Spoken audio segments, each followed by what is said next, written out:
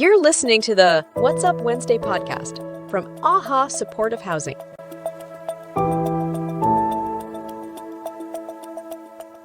Hello, good morning, good morning. Welcome to What's Up Wednesdays. I'm your host, Mark Hampton, here at AAHAA Supportive Housing. Wanted to give a shout out to all you that are tuning in today. Appreciate your time, appreciate you tuning in to what's going on here at AAHAA Supportive Housing. What I wanted to talk about today was growth. I've noticed some significant growth in individuals. One of them that just kind of jumps off the top of my head was a gentleman I talked to yesterday. Actually, he's been in our program since 2019. He's a manager for us. For his anonymity, I won't mention his name, but we had a conversation yesterday about kind of one of the things that he's taken on as a coach of a sports team, and I'm a big believer in doing something that you're passionate about, whether it's a habit, whether it's a hobby, but something that you're passionate about. And when I say habit, a healthy habit, okay? Not drugs or alcohol. But anyway, so he started by being a player on the team, and then was the guy that used to coach the team ended up not coaching any longer, and so the team was kind of floundering, and I guess they asked him if he wanted to coach, and he stepped up and took on the responsibility of that, and now has taken the team to a whole nother level, right? I mean, they're competitive, beyond competitive, because they just got moved up a division over last week at a tournament. He's looking to, he's holding practices for the team and renting the fields and answering emails and talking to the division directors and things of that nature, like going above and beyond. And I think back to where he was when he first got here and how much he struggled. There was a time where we went to talk to him, and he, because he was, struggling, and he ran into the bathroom and climbed out the bathroom window and took off. So I say that to say that there's been a whole lot of growth for this young man. He's doing amazing things with his life. He has a full-time job. He's working for his dad's construction company, but he's kind of like, he's a supervisor now, right? He's going on job sites, doing bids, things of that nature. He's dependable, he's reliable, he's responsible.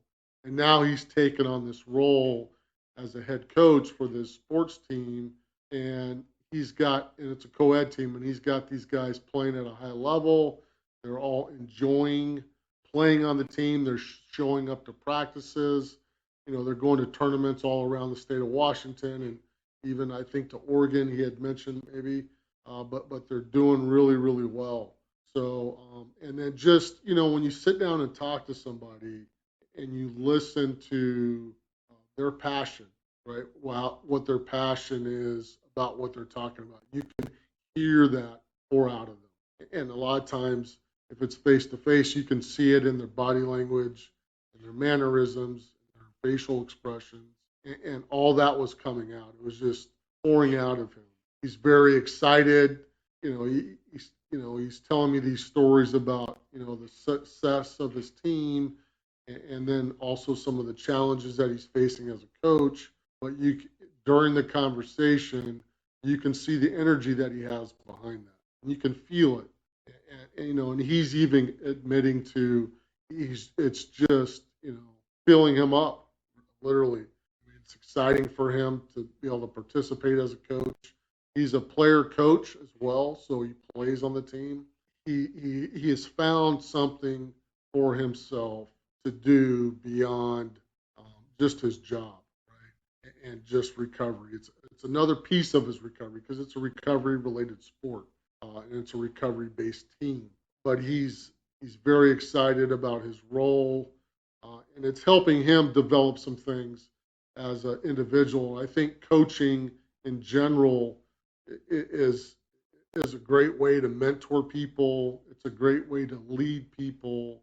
It's a great way to stretch our own opportunities within ourselves on, how to balance certain things, how to frame up conversations when you have with people, because the conversation you may have with a friend or with a guy may be different than the way you deliver a message with with a female, right? And vice versa, right? Maybe not, but I would think there is a difference when you frame up a conversation, or if you're giving some constructive feedback, and how to deliver the constructive feedback, how to be patient, how to encourage, how to push people to be better, right? And that's what coaches do as well, right? Accountability, hold folks accountable, right? But also, as you do that, let them know that you love and support them as well, right? But you have the accountability, you have the encouragement, you have the positive recognition, right? And so there's a lot of great things that he's able to do, that he's giving to other folks, that's enhancing his ability to be a better version of himself. And he's doing that because it feels good to him internally. It's a passion that he has. That's admirable. That's awesome. I've coached sports myself. I've had, coached two of my son's teams. I've coached my oldest son's teams. I've coached all my boys growing up, off and on drills and things of that nature, and development, and lifting and conditioning and things of that nature. And I coached in high school. I coached in college, and I coached little kids for a while, back in the day, I should say, and I enjoyed that too. Right. So it's great working with people. It's great when you're able to find something as an individual that you have a passion for. Because when I talked to someone this morning about, when I talk about growth again, go back to growth. Part of the growth for me personally was when I made the transition from my old retail life into what I'm doing today. When I tell people, the story I tell people is that today I don't wake up and go, crap, I got to go to work today. Or I don't think about how can I get out of going to work today, because I just don't enjoy what I do. I'm burned out, or it's not fulfilling. There's things that we do to collect a paycheck. There's things, because we have bills to pay, and I understand that, right? And so we may not be able to find individually something that we can make a living at, and also feed us internally, right? But there are a lot of folks out there that get that opportunity today, that have come across something that they truly enjoy. They wake up and they have energy and passion about going to work, or going to do whatever it is they do, and they truly enjoy it. It's not like a job. It's not like a job. It's something that we get to do today. And so that's how I feel when I come to work. For me, that was a huge growth piece that a good dear friend of mine had communicated to me a long time ago. His name was Drew Peterson. He told me, Mark, he goes, one of the best things I can tell you is figure out what you're passionate about and find a way to make a living. And I had no idea that I was passionate about what I'm doing today, because I hadn't really gotten into a good space on recovery yet. I was just kind of exploring the edges and the fringes of it. But through that process, I discovered, hey, this is what I want to do. Right? I can do this, and I'm excited about it. And so, I was sharing with a young lady today that one of the things I challenged her with was the same thing for her own personal growth, is figure out what it is that you would really like to do, and something that it piques your interest. And you may not know for sure, but you might have some ideas of a few things that you may like to try. And let's figure out a pathway to that, to where you wake up and, okay, I'm going in today, and I'm bringing energy, bringing excitement, bringing passion, and I enjoy what I do. I enjoy what I do. I don't have to wake up and go, oh crap, I have to go to work today. And I think for folks like myself that came into recovery, I think that's part of that growth, right? Is because during that process of recovery, and especially in the early stages, we really don't know who we are yet. I think we're starting to do some self-discovery. We're definitely peeling some things back and working through challenges and some triggers and some core things that kind of kick us back out there because we haven't healed from those and worked through those in our recovery process, our self-care. But as time goes on and the longer we stay on the path of recovery and self-care, I think we start to find who we are, what interests, what inspires us, what feeds us. And then it's trying to align those things with a career path, with a job, with maybe volunteering, maybe something that we're taking on, another role, a hobby. So and that's part of our growth. That's really part of growth. So I look at two individuals I've talked to in the last 48 hours. The one gentleman that I had mentioned that he's been with us for 4 years, and he's got a full-time job. He's a leader in one of our houses. Also, he's taken on this coaching role, right? And his life is just transformed by leaps and bounds. And then I have another gal that I had mentioned earlier on this segment.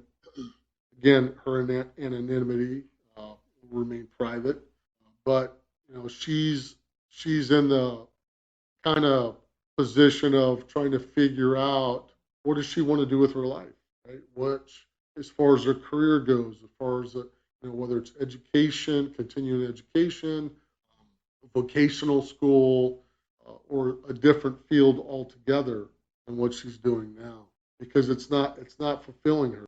She's not excited about getting up, and it's not fun for her. Right? And not saying that jobs or careers or things that we do all the time are going to be unicorns and rainbows. Not going to be Disneyland, but it should be something. We should all have something that feeds us. We should all have something that inspires us. We should all have something that we feel like we get to do today. And for those of you that have that in your lives, I applaud you. For those of you that are in that space to where you understand these things and you've been doing it for some time, that and if you're not, I encourage you to share that with other men and women who may be on the struggle bus, right? Who may be trying to find their way. Right? And so it's the more that we can mentor people and help them with their personal growth, and the more support that we can give folks, the better chances they have to be successful, even our own family members.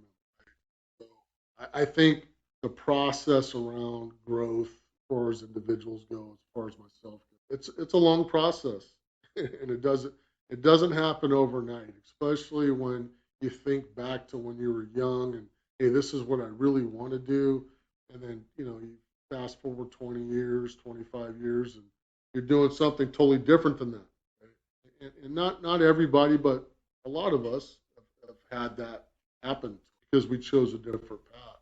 And I think that's figuring out what you want to do in life in relation to growth has to do with just the time that you're on the path process, where you're at in the process of self-care. And understanding too is that it is a process and it takes time. It doesn't happen overnight. I mean, we want sometimes as addicts and alcoholics to have that immediate gratification, right? The call.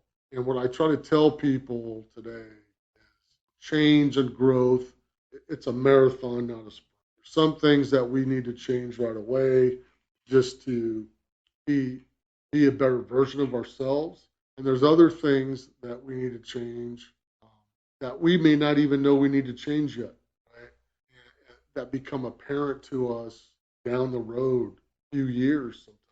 For most of us, it's a life, a marathon. So as we go through the different phases of growth and change, get to know who we are, what our interests are, what feeds us, what our passions are, what we like and what we don't like. That's when the growth happens. That's when the discovery self happens. A wonderful, wonderful thing. I want to leave you all today with this: is challenge yourself to to assist another man or woman that may be going through some struggles that could use your fellowship, your leadership, your mentoring, your encouragement, your constructive feedback.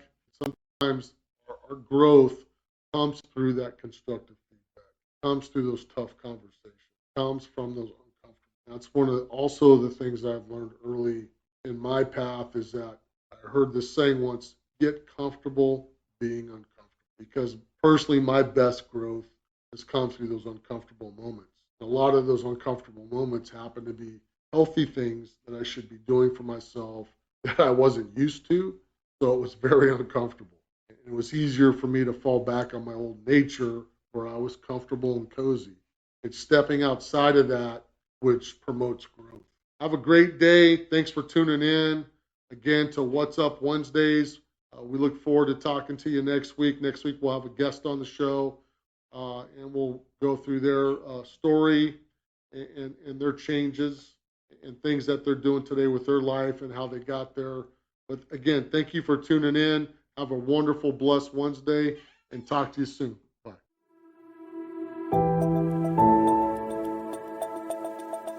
Thank you for listening to the What's Up Wednesday podcast. Tune in for more addiction recovery content by AAHAA Supportive Housing.